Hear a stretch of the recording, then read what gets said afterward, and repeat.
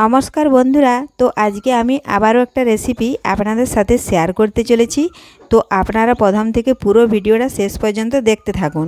আজকে বানাবো মাছ ছাড়াই নিরামিষ মাছের ঝোল আলু দিয়ে। তো চলুন তাহলে শুরু করি। তো দেখুন বন্ধুরা, তার জন্য এখানে আমি পাকা কাঁঠালের বীজ নিয়েছি। কাঁঠাল খেয়ে নিয়েছি কোষগুলো, বীজগুলো আমি রেখে দিয়েছিলাম। তো সে বীজগুলো আমি এখন ভালোভাবে শুকনো করে নিয়েছি। আর এই যে সাদা অংশটা দেখা যাচ্ছে, এটা আমি ভালোভাবে ছাড়িয়ে নেব।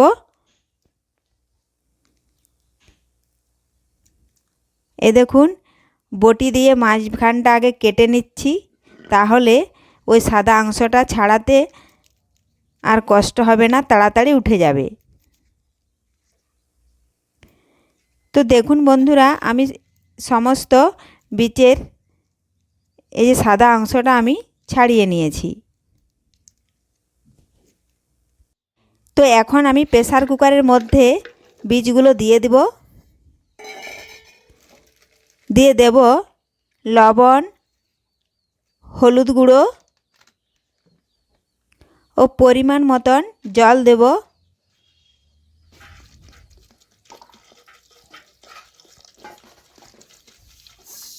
তো এখন প্রেসার কুকারের ঢাকনা আমি বন্ধ করে আধ ঘন্টা সেদ্ধ করে নেব।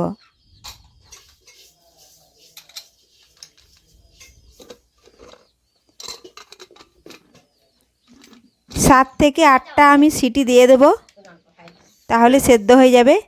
তো দেখুন বন্ধুরা, সেদ্ধ হয়ে গেছে, আমি নামিয়ে নিয়েছি।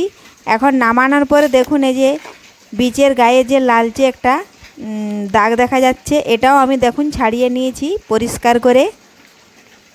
এখন ভালোভাবে হাত দিয়ে আমি এটাকে ম্যাশ করে নেব। এ দেখুন, এভাবে হাত দিয়ে মাখিয়ে নেব।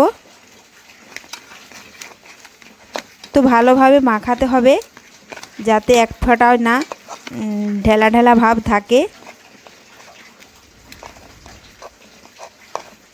তো দেখুন বন্ধুরা, আমি হাত দিয়ে ভালোভাবে মাখিয়ে নিয়েছি। এখন এর সাথে দেব স্বাদ মতো লবণ, পরিমাণ মতো লঙ্কা গুঁড়ো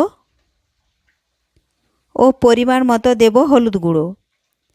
এবার ভালোভাবে লঙ্কা, হলুদ ও লবণ মাখিয়ে নেব।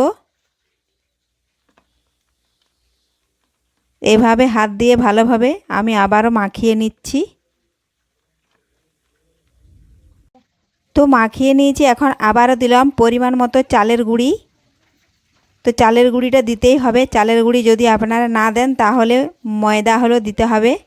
এরপরে হাতের সাহায্যে একটু একটু নিয়ে দেখুন, এইভাবে হাতের সাহায্যে আমি একটু চ্যাপ্টা করে নিয়ে মাছ যেভাবে হয় মাছের মতন শেপ দিয়ে দিলাম।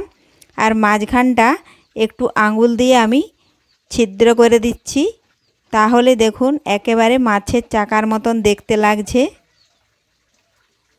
দেখুন এইভাবে আমি সমস্ত মাছের পিসগুলো বানিয়ে নেব। তো দেখুন বন্ধুরা, আমার বানানো হয়ে গেছে।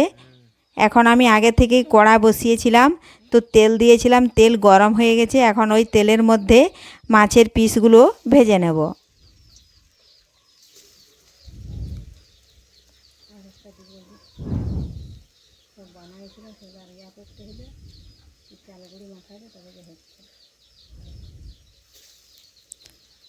তো দেখুন এইভাবে মাছের পিসগুলো দিয়ে আমি এক পাশ ভাজা হয়ে গেছে লাল লাল, আর এক পাশ ভেজে নেব লাল লাল করে।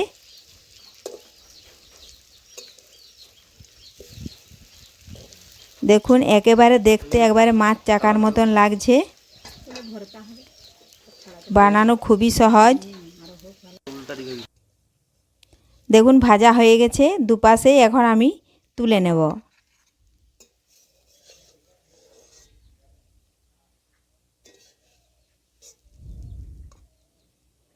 সমস্ত মাছের চাকাগুলি আমি তুলে নিলাম। এখন ওই কড়ার মধ্যে আবারও পরিমাণ মতো দেব সাদা তেল। তো তেল ভালোভাবে গরম করে নিচ্ছি। তো দেব এখন গোটা গরম মশলা, দিলাম তেজপাতা, দারচিনি, গোটা জিরে ও এলাচ। একটু ভেজে নেব। তো তো দেখুন বন্ধুরা, গোটা গরম মশলা ভাজা হয়ে গেছে। দিয়ে দিলাম সরু সরু করে আলু কেটে রেখেছিলাম, আলুগুলো দিয়ে দিলাম। দেব এখন স্বাদ মতো লবণ, দেব পরিমাণ মতো হলুদ গুঁড়ো,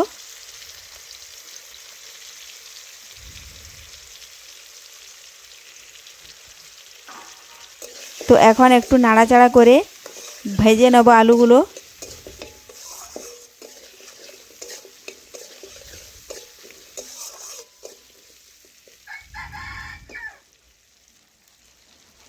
এখন দেব আদা জিরে ও কাঁচা লঙ্কা বাটা।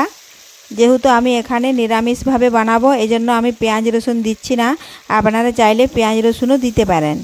তো দেখুন বন্ধুরা, মশলার বাটিটা ধুয়ে একটু জলও দিয়ে দিলাম। দিয়ে এখন বেশ কিছুক্ষণ ধরে নাড়াচাড়া করে কষে নেব। তো তার আগে দিলাম একটু লঙ্কা গুঁড়ো, তো দিলাম পরিমাণ মতো লঙ্কা গুঁড়ো। এখন সব কিছু একসাথে ভালোভাবে কষে নিয়ে এখন পরিমাণ মতো জল ঢেলে দেবো ঝোলের জন্য। তো দেখুন বন্ধুরা, ঝোল ফুটে গেছে। এখন আমি যে মাছ ভেজে রেখেছিলাম নিরামিষভাবে, ওই মাছগুলো এখন ঝোলের মধ্যে দিয়ে দেব। দেখুন আমি ঢেলে দিলাম মাছগুলো। এখন বেশ কিছুক্ষণ ধরে নাড়াচাড়া করে ফুটিয়ে নেব। আর নামিয়ে নিলেই তৈরি হয়ে গেল নিরামিষ মাছ ছাড়াই মাছের ঝোল আলু দিয়ে। এইভাবে আপনারাও বাড়িতে খুব সহজে বানিয়ে নিতে পারবেন। আর আজকের রেসিপি আপনাদের যদি ভালো লেগে থাকে লাইক ও শেয়ার করতে ভুলবেন না। ধন্যবাদ। ফিরে আসছি পরের ভিডিওতে।